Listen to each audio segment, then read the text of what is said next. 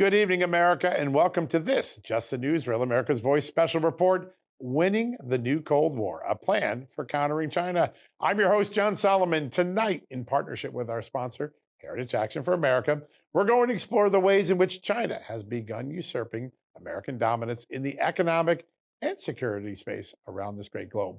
And as the spy balloon episode just underscored, America's efforts to counter Chinese influence have faltered under our current president. It wasn't that long ago that the United States had taken the upper hand in the relationship under former President Donald Trump. A peace through strength approach to diplomacy and tariffs helped punish unfair trade practices, and that both of those sent a loud message to Beijing. Today, the White House is much more tepid on issues ranging from TikTok to Taiwan. Meanwhile, blue states like Michigan are welcoming China and its investments with open arms, sending tax dollars back to Beijing, to the great concern of many. Tonight, we're going to explore with some of the nation's top experts on China how we can begin to disrupt the encroaching advances that Beijing is making both here at home and abroad. And we start that conversation tonight with a man who helped President Trump craft the strategy for China over the last 2 years before Joe Biden, former National Security Advisor, Robert O'Brien. John, great to be with you. We're lucky to have you because you just came back recently from a trip to Taiwan, which I think is ground zero for all we're learning about America's failed policies the last couple of years with China. Tell us what you heard on the ground, what you sensed on the ground while you were there. Well, the biggest concern of the Taiwanese people is that the American government, the American people will stand with them in the event of either a gray zone action by China, something akin to a blockade or cyber attack, some way to try and coerce Taiwan to reunify with China, or worse yet, an amphibious attack on China, on Taiwan by China, which the Chinese have been talking about more and more since President Xi basically became the dictator for life at the last Party Congress. So there's a lot of concern on the ground about Taiwan. In Taiwan, they're concerned about America and the democratic world, the free world, coming to their aid in the event of an invasion of Taiwan by the Chinese. Yeah, and I wonder, and you would have a better sense of being on the ground, how much the failed and bungled Afghanistan withdrawal weighs into how Taiwan or any of our allies kind of size up this administration and its word of commitment. Does that kind of layer over everything that people feel right now in the region?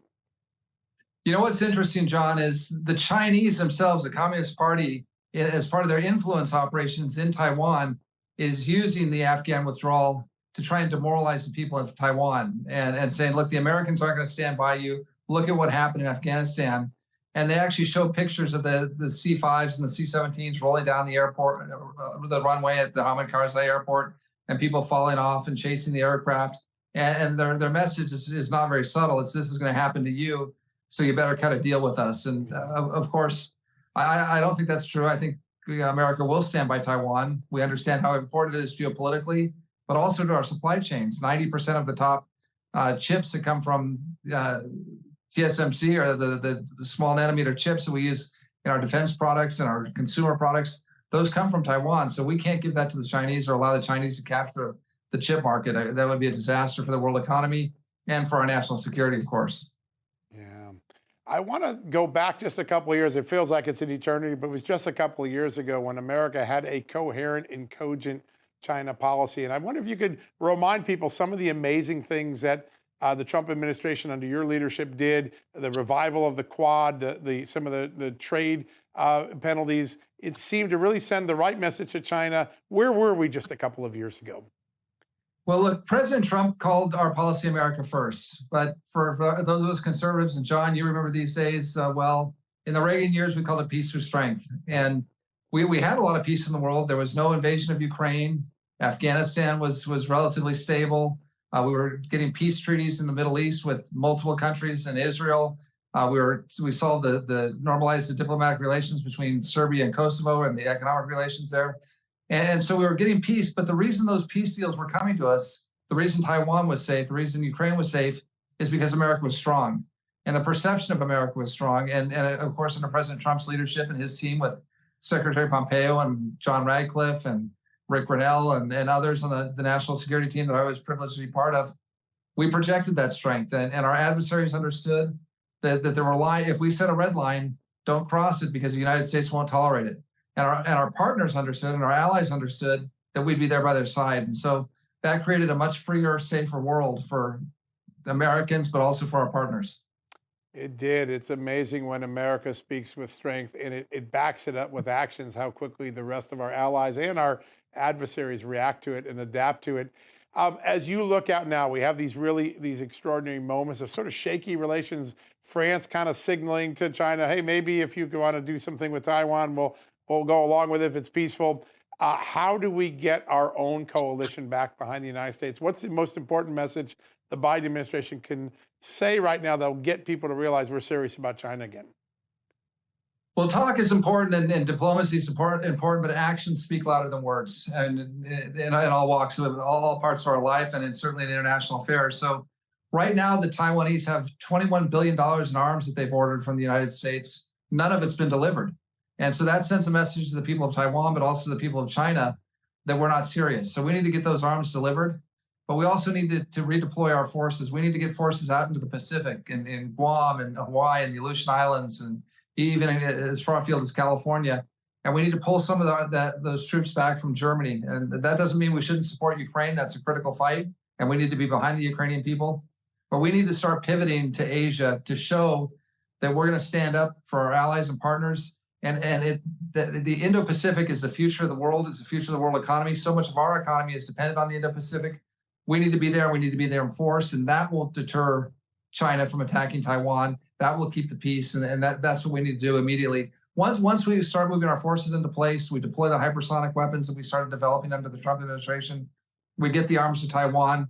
That's the sort of message that will deter our adversary, China, but will also rally our friends to us, and they'll see that we're serious, that we're not just talking shop, that we're walking the walk. Yeah, so important.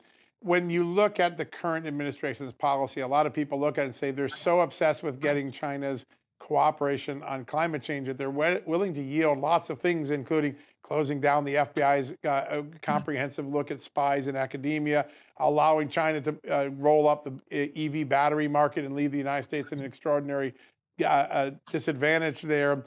How is that playing out? How does China read those things? And are they just simply taking advantage of our green lust right now in the Biden administration? Well, look, I think they're astounded by it. They can't believe it. In fact, I think they're so astonished by some of the things that we're doing that we continue to allow Confucius Institutes to operate at American universities. And these institutes are used, as a spying operation to bring American technology back to China illegally, but also to intimidate Chinese students and expats, and to set the tone of debate on university campuses about what's acceptable with China. No criticism of China, or your university won't get funded. So we've got these Confucius Institutes. We've got to shut them all down. We've got TikTok. People were upset by the spy balloon. And by the way, the spy balloon was terrible. Right. It was a total gross invasion of our sovereignty. We never had anything like that in the Trump administration, despite what people had claimed at the outset of the crisis. But as bad as the spy balloon was, we've got TikTok on 100 million phones in America, gathering data, biometrics, passwords, sucking up geolocations on American citizens, including those of our citizens who serve in the military. So we got to ban TikTok, which we tried to do at the end of the Trump administration. The Biden administration reversed it. They're now talking about maybe doing something, but we've got to get rid of TikTok. We've got to get rid of the Confucius Institutes.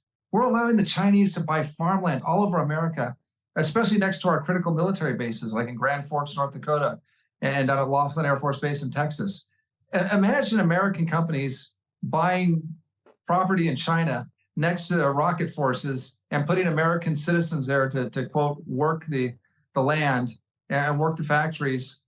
Can you imagine the Chinese allowing us to do that? It would never happen. So there are just things that we have to get on right away. The fact that the FBI had shut down their China initiative, I don't think that's something Christopher Wray probably wanted to do. He's been very good on China, but I'm sure he was forced to by the administration.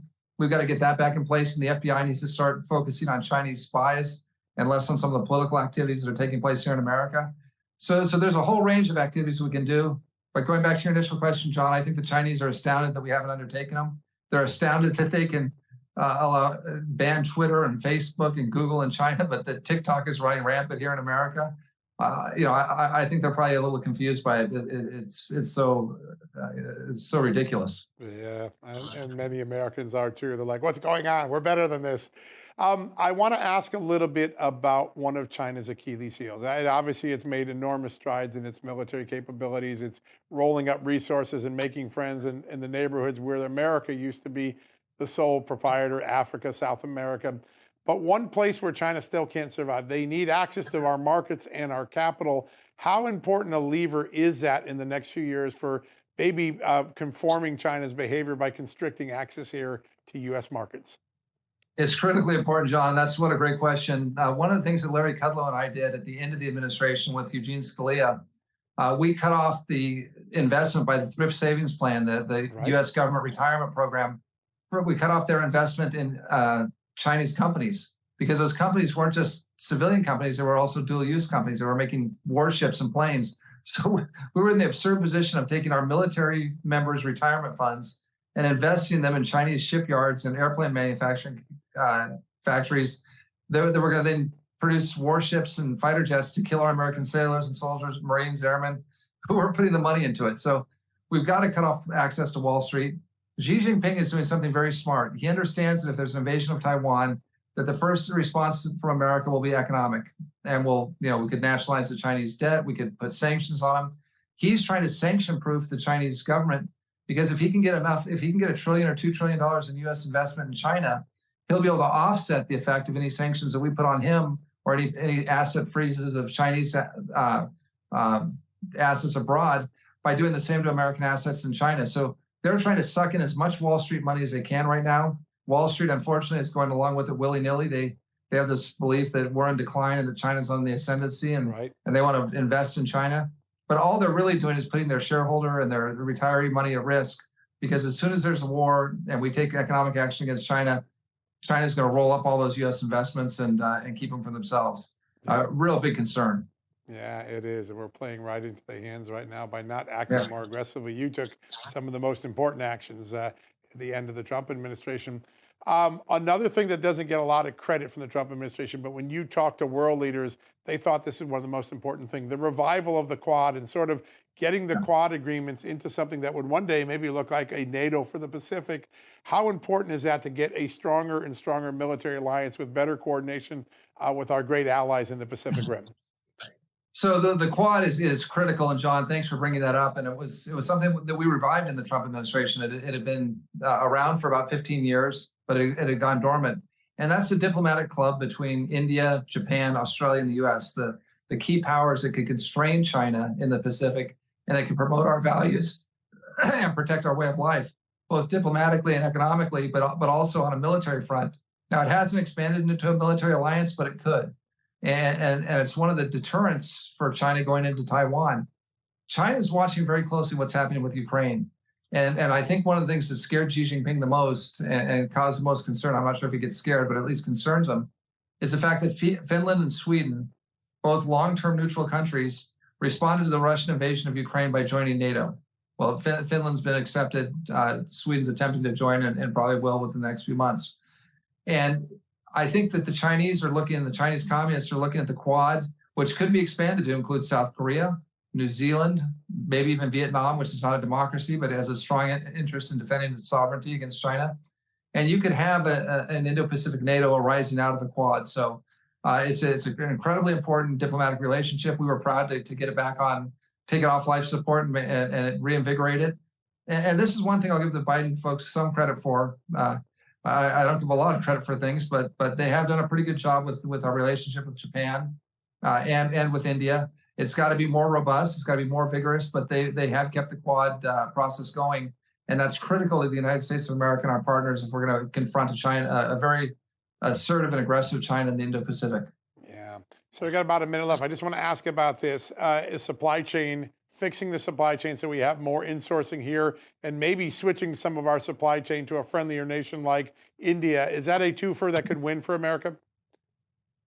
Yeah, and if we don't do it, we're going to constantly be at the mercy of the Chinese Communist Party. And we saw that with COVID, John. I know you were involved in reporting on those issues. Right. At the outset of COVID, the Chinese could corner the market on PPE, on face masks, on ventilators, and that sort of thing. And so everyone was dependent on countries all over the world were dependent on China. But it's not just PPE and it's pharma. It's precursors for basic pharmaceuticals and antibiotics. it's chips. And so that's why one reason why Mike Pompeo and I supported the CHIPS Act. We don't like to talk about industrial policies, Republicans. I certainly don't, but we need to get the chip makers back here. And we're not going to be able to manufacture everything in America. The more we can, the better. The more we can bring back from China and reinvigorate our Midwest and our manufacturing base. But if we can't do it economically here, let's do it in Mexico. Let's do it in Central America, South America, India for sure, Vietnam. Let's have trusted partners and not be reliant on the Communist Party of China for everything from rare earth materials and minerals to chips to pharmaceuticals. I mean, the fact that we put ourselves in a position that Xi Jinping can dictate to us in these areas that are so, you mentioned earlier, batteries, electric vehicles, and autonomous vehicles.